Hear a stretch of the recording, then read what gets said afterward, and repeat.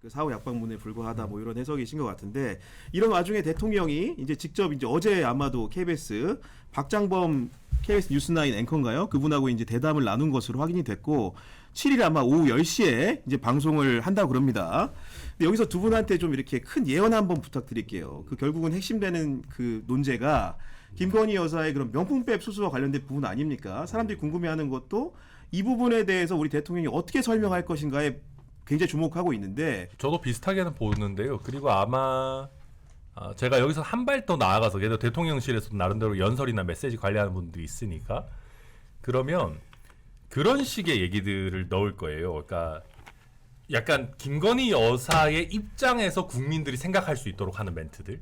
예를 들면 그 누구도 몰래카메라에 잡혔을 때의 행태를 기준으로 평가받아서는 안 된다라든지. 그러니까 그렇게 되면 우리 사회가 항상 몰카의 두려움에 떨어서 어떻게 우리가 되겠냐. 이건 수사기관에서도 이렇게까지는 못하는 거다라는 식의 얘기들을 하면서 그러니까 피해자 프레임 플러스 약간 이게 우리 사회가 이런 거를 용인하면은 너무 지나친 감시 사회로 갈 거다라는 식으로 해서 뭔가 큰 틀의 원론적인 얘기를 하면서 빠져나가시지 않을까 저는 뭐 그렇게 예상합니다. 손정은님, 근데 그 개혁신당 보면 다른 문제에 대해서는 굉장히 이제 직설적으로 자기 입장을 잘 피력해 왔는데 비례대표제 문제에 대해서 어느 하나 누구 나오셔서 명쾌하게 당의 입장을 설명한 적 없었던 것 같아요. 그러니까 그런 거예요. 그러니까 이게 저희가 무슨 의견을 내면 지금 단계에서는 그냥 저희도 이해관계자니까 그냥 니네 장사하냐 이렇게 보여서 그래요. 그런 부분들을 네, 솔직히 위해서. 얘기하면. 네. 근데 정당이라는 게 사실은 결사체고 뭔가 선거 승리를 위해서 모인 집단이다 보니까 사실은 뭐 표 계산을 안 해볼 수 없지 않습니까? 득표 계산을. 근데 저희는 좀 특이한 게 저희는 병립형이 전혀 불리하지 않아요. 저희 표 계산 해보면. 그 권역별로 했을 때. 권역별로 해도 그렇게까지 나쁘지 않아요. 그러니까 왜 그러냐면은 그 권역별로 하고 이제 트레숄드 뭐라고 하죠? 아무튼 이제 3%나 뭐 7% 네. 이런 걸 넘기는 데가 많지 않으면 신당류 중에서는 저희가 약간 치고 나갈 수 있는 면이 있어서 3%가 안 되는 정당이 많을 테니까. 그렇죠. 네, 그래서 그렇게 되면 또 모수도 때. 이렇게 또 떨어져 나가거든요. 그래서 그런 거 놓고 봤을 때 저희는 사실 위성 정당이 있는 연동형과 병립형은 개혁신당 입장에서는 크게 유불리가 없어요. 근데 지난주에 이제 갤럽 조사 있었는데 네. 그 개혁신당이 사실은 별로 좋게 안 나왔어요. 물론 이제 그 세계일보 조사에서 8%를 받았는데 개혁신당이라는 당명을 걸고 한 그 조사에서는 그 3%를 받는데 그쳤는데 이게 뭐 원인이 뭡니까? 저희가 갈 길이 멀죠.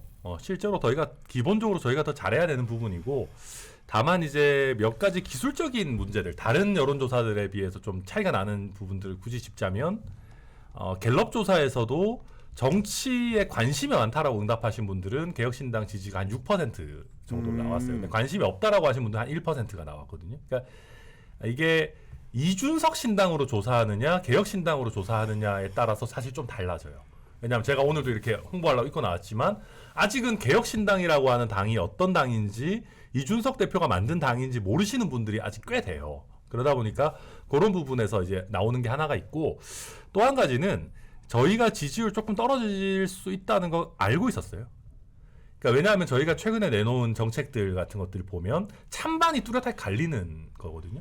솔직히 저희가 지지율만 놓고 보면은 옛날에 안철수 의원 하셨던 것처럼 해야 돼요. 그냥 적당히 양당 까면서 얘네 답 없다, 새로운 정치 필요하다 하면서 새 정치가 뭐예요? 그러면 그냥 약간 뭐 이미지 좋은 막 약간 새롭게 해보겠습니다라고 하면서 뜬구름 잡는 얘기하면 그게 사실은 삼지대 지지율 올리는 데는 제일 좋을 수도 있거든요. 근데 저희가 찬반이 뚜렷하게 갈리는 논쟁적인 정책들을 내놓으면 아니 나는 뭐 국민의힘 민주당 다 싫어 해서 여기 볼까 하다가도 반대하는 분들이 생기잖아요. 근데 그걸 어느 정도 저희가 감수하고 개혁신당이라고 하는 당의 아이덴티티를 지금 좀 만들어가는 과정이다. 저희는 뭐 그렇게 보고 있습니다. 그래서 이준석 대표도 그렇고 네. 아직 뭐 출마 지역구에 대한 명확한 입장 표명이 없어요.